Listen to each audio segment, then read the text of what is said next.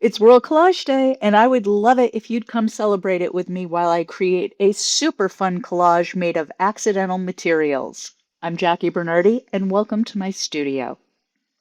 I love this day. It comes up every second Saturday of May every year, and it's a real thing. It's World Collage Day, and it was created by the folks over at Collage Magazine and the Collage Institute. And we're going to celebrate it today by doing a really fun collage made up of these crazy little acrylic skins that were left over from last week's giant oyster background painting. So I'm going to explain what happened with those, but they inspired the collage that I'm going to do today. So I had used my gel plate as a palette and I was working really wet, so I kept spraying the acrylic paints on my palette with water through my continuous spray bottle. And it got so thin that the acrylic paint started separating and lacing. And when I let it dry overnight, the next day I looked and I said, "Oh my gosh, the lacing of this paint is so beautiful, and I wonder if I can use it in something." So I thought about it all week, and it occurred to me that that lacing really looked like seaweed or even coral to me. So in a little bit, I'm going to be using those acrylic skins. I'm calling them like laced acrylic paint, but they're really acrylic skins, and we're going to use them in a collage. But to get started, I'm just going to create this background, and I'm using light phthalo blue here, mixed with a little bit of teal. These are both fluid acrylics, and I'm putting them down on a block of watercolor paper. I will link to all of the products in the description. I can't remember if this is a 10 by 10 block. I think it is a 10 by 10 square block. And I'm just rolling out the paint with a brayer. I just added some Payne's Gray because I wanted a little bit of differentiation in the color. I want to make the background look a bit layered. So I added the Payne's Gray. I added some titanium white and now some more teal and a little bit more of the phthalo blue, light phthalo blue, excuse me. And I'm just mixing it up. And this is not exactly the color I wanted, but I'm going to make lemonade out of this. And I am using the silicone baster from my kitchen, which no longer lives in my kitchen, now lives in my studio. And I'm just going to lay in just a little bit of texture. I don't know if you're even going to see this at the end, but I like to give myself some insurance when I'm creating backgrounds so I have options later on. So I just created that texture. I'm okay with it, but not loving it, so I think I'm going to go over it. I just added a little bit of the Mars Black Liquitex acrylic paint to deepen the color.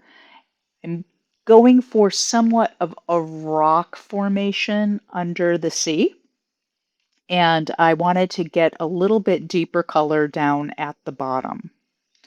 And now I'm just using my Catalyst Wedge to pull in some more color. Again, I want the background not to be flat. I want it to have a little bit of texture, a little bit of like undulating lightness as you would see in the ocean. Not that this is going to be a realistic collage, it's not going to be, but I do like the idea of having that movement in the water. And to achieve that, you just use different colors of the same or different shades of the same blue, and that creates the look of movement. You can kind of see that in the background right now. I'm just cleaning off the plate, and that's a very cool gel print that I like a lot, and I'll use for something someday. I don't think I'm going to be using that today. So now I'm going to show you the skins and what I'm talking about. So again, these were created by me spraying water on the gel plate to thin out the paint as I was putting it on my giant oyster wall. And I've linked to that video in this description below. Just in case you didn't see it, you can go back and watch it and see how I actually created I don't intentionally create the skins in that video, but you can see how it happened. So this is just acrylic paint, and I'll be collaging that onto the background that you just saw that's drying right now. But as I do, I've got to decide whether I want to remove that giant blob of Van Dyke brown. Now, it's not black, it's Van Dyke brown, and it's kind of holding all of that acrylic paint together. And then I've got a couple other little pieces like this pale Titan or Titan green pale. And then this over here was the lavender paint. And again, these are just acrylic skins. I also have an acrylic skin video that I can link to. These I created very differently, so it won't show you how to make this, but it will go over the concept of acrylic skins. Anyway, so I'm going to start the collage now, and at some point I'm going to work in those skins into the collage, and you'll see exactly how I do that. But first, I want to start creating the base layers. And what I'm feeling like is I have this old piece of paper here. I used this in a project a few months ago. And this is mixed media paper that's been painted with inks and acrylic paints. And I'm tearing it up. Now, this is a heavier duty paper than most of the papers that I collage with. I think it is 90 gram. I think it's 90-gram paper. So it's a good weight. It tears beautifully, truly tears beautifully. And when I go to lay it down with the medium, I know I'm going to need to use more medium than I ordinarily use just because it is a heavier weight paper. We'll get to that when we get to it. But for right now, all I'm doing is auditioning pieces of this paper um, and just sort of temporarily placing them, trying to find a composition for the rocks that looks good, but also has some depth of field to it. I can always go back in later and enhance that, but I like to start it with a really good idea of where it's going before I start using the medium and actually gluing things down. It's practicing and it's really fun.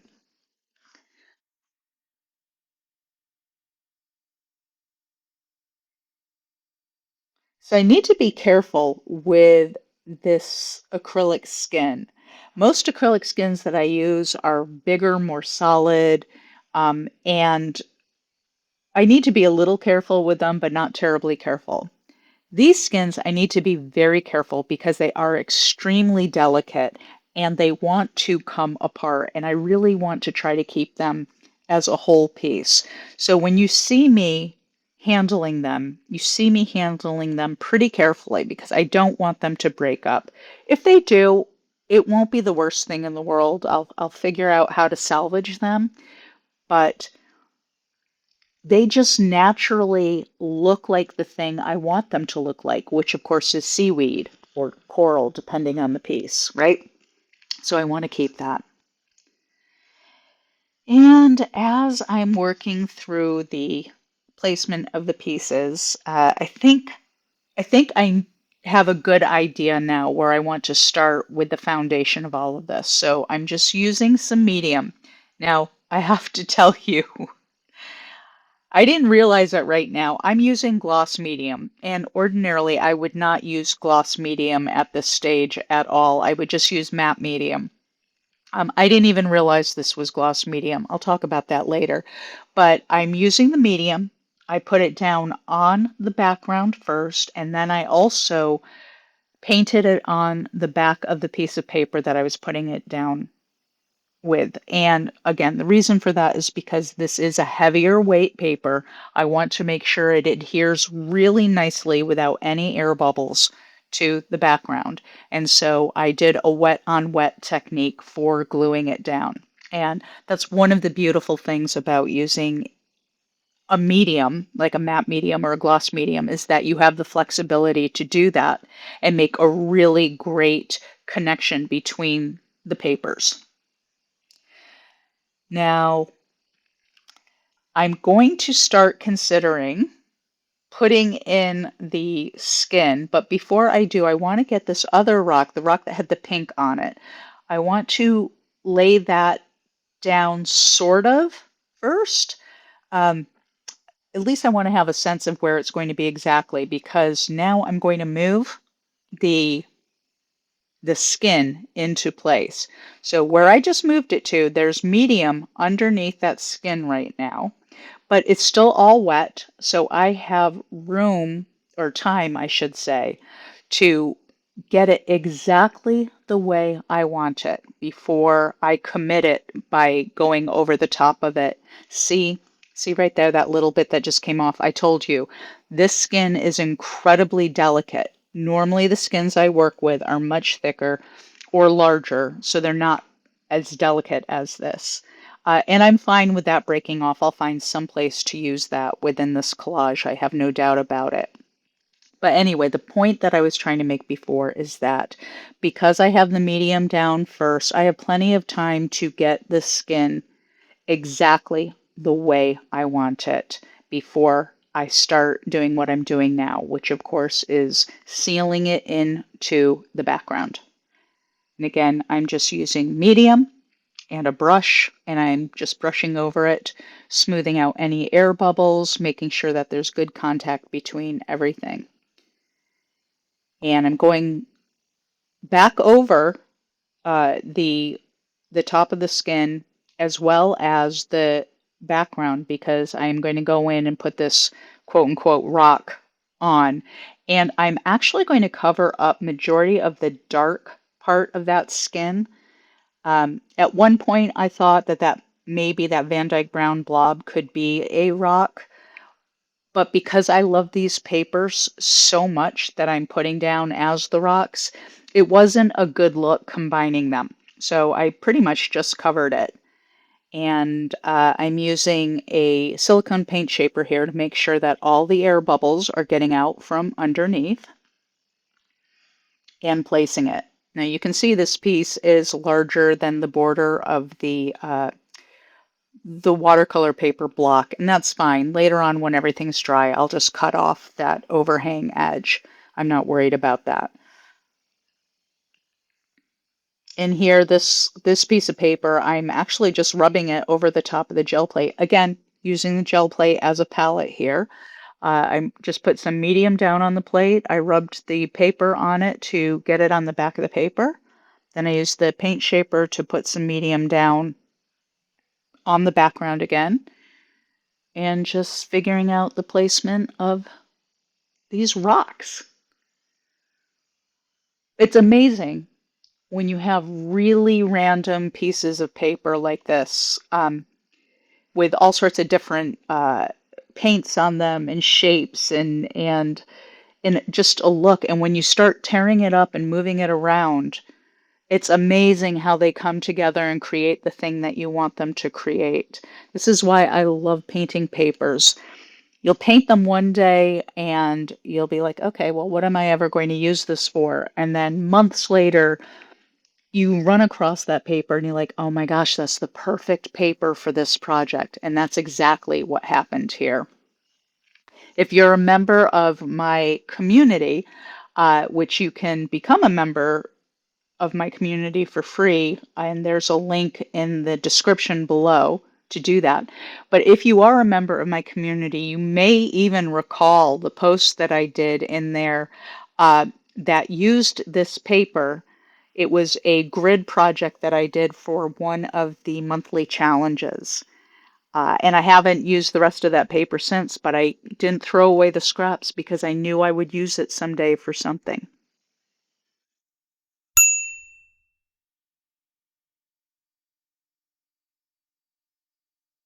Now, this here is a piece of newsprint, and again, these are just literal random blobs of paint. That did not come off of a cohesive painted piece of paper. That was, I believe that was probably paper that I just had underneath a substrate, and some of that yellow paint got mixed on it. And I don't know why, but every instinct told me to put that into this collage and right where it was. So I'm going with it. and we'll see how it comes out, but I like it. I like there's no other yellow in this at this point, and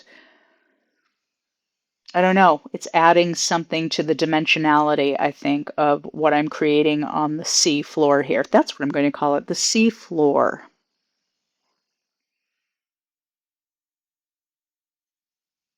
Yeah. Okay, just making sure that everything is secure before I move on, and it is. And now I'm going to start decorating these rocks with the remaining skins. I actually wish I had more skins like this. Had I known that I would love the look of this so much, I would have intentionally made more last week, but that wasn't my focus last week. The giant oyster was my focus last week. So this is just a very happy accident. Very happy accident.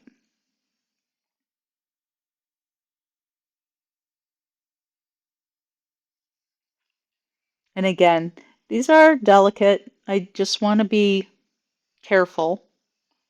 Uh, I mean, they're not so delicate that I'm going to cry if it falls apart, but you know, I've got a good thing going here, I think, uh, and I don't want to change that momentum.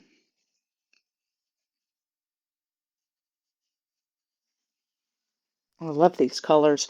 It's a very, very wild color palette, and a couple of these colors I use a lot. I mean, you've seen me use teal a million times. You've seen me use oranges. I'm starting to use more pinks, but the lavender I almost never use. That was, that came out of toning down the background from the Giant Oyster project. And yellow I never use. I mean, I hardly ever use yellow in anything, but I'm liking it. I'm liking the way that this is all working together.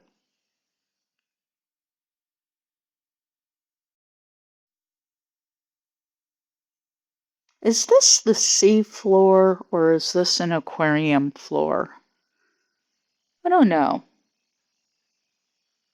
We're going to see what it wants to be. I'm super happy with the way the collaged papers look down across the bottom. I really think that's working. And again, as I mentioned before, I can always go back in and enhance it even more later. But as a starting point for this collage, I really, really like that foundation. See, I knew I'd use that little piece of orange for something. I like it. Now, this piece of paper here, this was just a roll-off piece of paper that I ended up going over it with my Nova Paints Super Pearl Gold. And so it's very reflective and bright colors underneath that reflectiveness, that iridescence. And I thought I would add some of that in here. Now, I don't know if it's going to work, but I feel like there's a lot of heaviness going on with the bottom of this aquarium or this sea floor, and I just want to see if there's something that I can add to it that I don't know, just gives it more dimension. I'm not sure if this piece of paper is the piece that's going to do that, but it occurs to me that would this paint, this combination of the Super Pearl Gold with these bright colors would make perfect fish.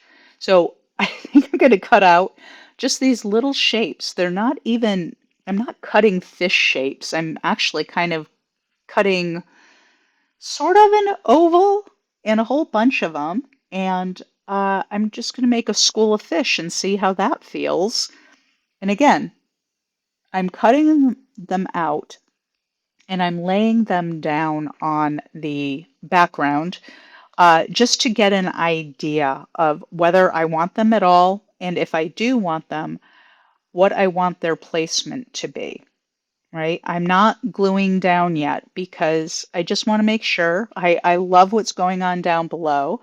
I don't want to make a cartoon out of this. However, I am going to say this. I'm considering this a super fun piece. And so if it is a little cartoonish, I'm okay with that. I'm just having a great time here on World Collage Day. I've celebrated World Collage Day for the last 3 years running. And in fact, I have linked to a playlist in the description of a bunch of my favorite collage videos. So just in case you want to participate in World Collage Day and you want a little bit of inspiration, that's there for you to see. So I would highly recommend it. I'm also going to recommend a couple of collage videos at the end of this video as well. So stay tuned for that. Now, this is a different sheet of paper. This is a painted paper that I made that I also went over this one with that super pearl gold because I love what it does to bright colors when you skim coat it over the bright colors. It just, it's luscious, absolutely luscious. Um, and truthfully, it's very hard for you to see it on camera, but there's an iridescent quality coming up from those fish that feels authentic, right? Because a lot of fish have an iridescent quality. I like it. This is so fun. I actually have a spot in my house where this would be perfect. If this turns out, I do have a spot in the house where this would be perfect. So I may, who knows, I may end up framing it. It's too early to tell now. Anything could go wrong at any point. You guys know me. If I could find a way to make something go wrong, I will, but then I always recover. I always find a way to work it out. Here's a little bit more of that lacing that I found on the gel plate, and I just put it down. I'm loving the way that the collage elements are coming together. It's really working for me. So I thought I'd put some woody colors down to enhance, but you know what? The medium is still too wet, so I'm going to let it dry overnight.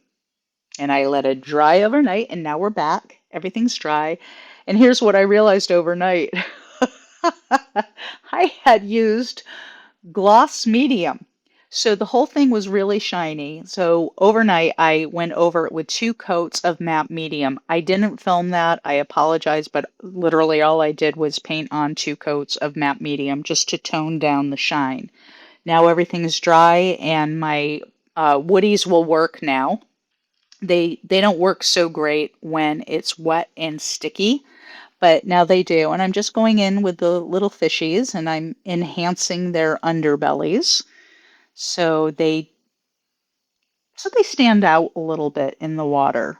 I felt like the shapes were getting a little lost, and I may have overdone it a little bit on that one, but it's okay.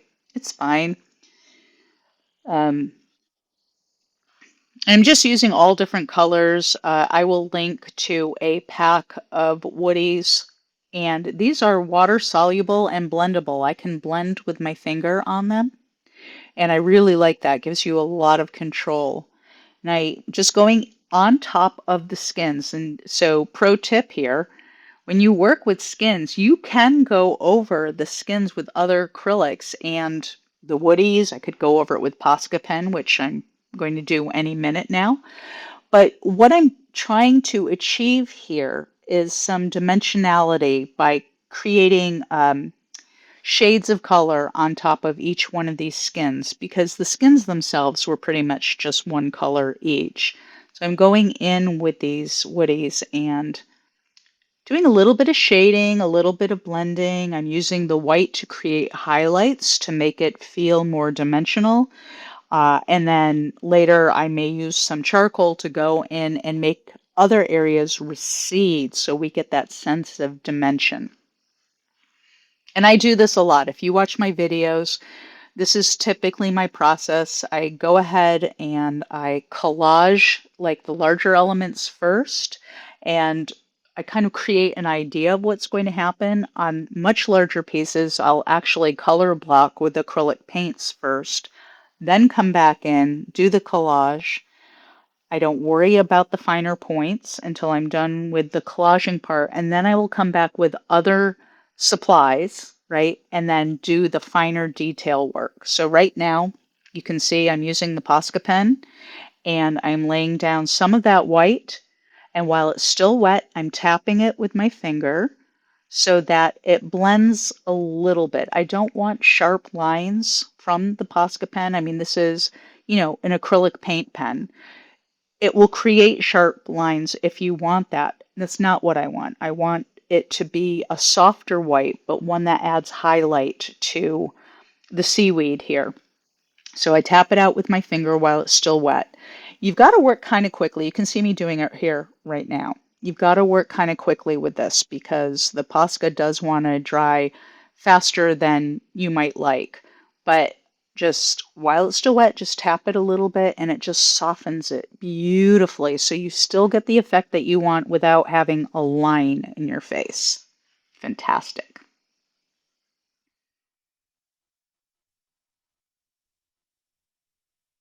Mm. I'm singing Octopus's Garden in my head right now. I have been this whole time. I won't sing it for you because, good Lord, you haven't done anything to me to warrant that as a response. But this is just this is just such an enjoyable afternoon in the studio. Now, this orange skin here has been bothering me a little bit. I love the orange, but it's so one-dimensional. So I need to fix it, and it's going to take a minute for me to get there because the orange that I have in my Stabilo Woodies is pretty much the exact same orange. So I'm going to have to go in. Oh God, I love what's happening right here with this rock by just shading in some of that orange over the black.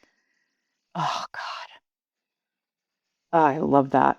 I think, mm, yeah, I'm going to add a little bit of color to some of these rocks. I really like what happened there. I like what's happening right now by adding a little bit of yellow into this rock structure. Not a ton, just sort of a nod to yellow, if you will. Um, I like that.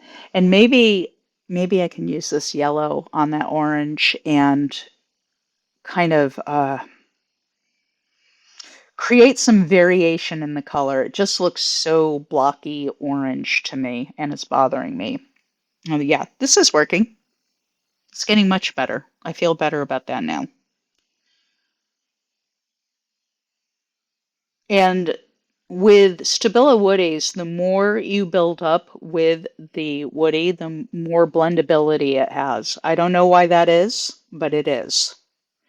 And oh yeah, I like that much better now. I can see the yellow in there and the orange, and I can even see some reds in there. So that's great. And then this rock down here, I like the highlight effect that the red orange is giving there. So now I'm going to go in with Derwent graphite pencil. I think it's a graphite pencil. And I'm just laying in some of the graphite. But what I really want to do is use my watercolor pen here with just plain water in it and soften that graphite that I just put in there. I don't want any harsh lines, uh, like pencil lines. I just want the illusion of that depth and that shadowing. And just a little bit of water goes a long way. And by using a watercolor brush, I have an awful lot of control over it. And I like that. You can see, I can see, I mean, I hope you can see, but things are starting to jump out and make more of a form. It's all coming together. And this is that fine detail work that I was talking about earlier. I go in with big chunky collage pieces and I get an idea of where I want to go. And with each subsequent layer, with each subsequent tool or supply I use, I'm fine tuning the look that I want, even if it's abstracted, just fine tuning, fine tuning, fine tuning. So using this graphite pencil is part of that. And here's another pro tip. If you just scribble the pencil not on your project per se, but on a piece of paper like I did over there to the left, and then just touch your water pencil to it, your water pen to it, it picks up just a little tiny bit of the graphite, and you can be very specific about where you place it. So um, you can see underneath that bit of seaweed there, it now just has a bit of dimensionality that it didn't have before I put the graphite in there. And had I put the graphite pencil directly on it, it would have been way too much. With the water pen, picking up the graphite from the side and then placing it exactly where I want, I have the ultimate control. And you can really see the seaweed coming to life now. So cool. I love that. And you don't need to do it everywhere. You don't have to, not all of it has to have that. Just little bits of it. It gives a nod to movement and something going on, even underneath the sea. So cool. Yeah. Picking up some more. Now I'm going to do the underbellies of the fish. And again, just to give just a little bit of oomph. Oh, I love this. Oh. This is so sweet. I hope you like it. I don't know. What I need to do right now is I need to clear off the table and I'm going to put down some brown paper. I want to hold a map board up to it to see where I am and see if I want to continue finessing it or if I'm good for now.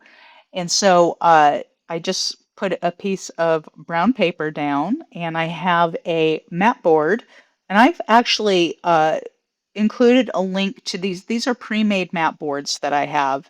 And I love these. I work in square shapes a lot.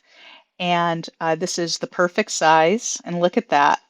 Look at that. And doesn't it look remarkably different once it's framed? I mean, so edifying. I love that. Thank you so much for being here with me on World Collage Day 2026. I hope you have a fantastic time today collaging, and these two videos are what I would watch next.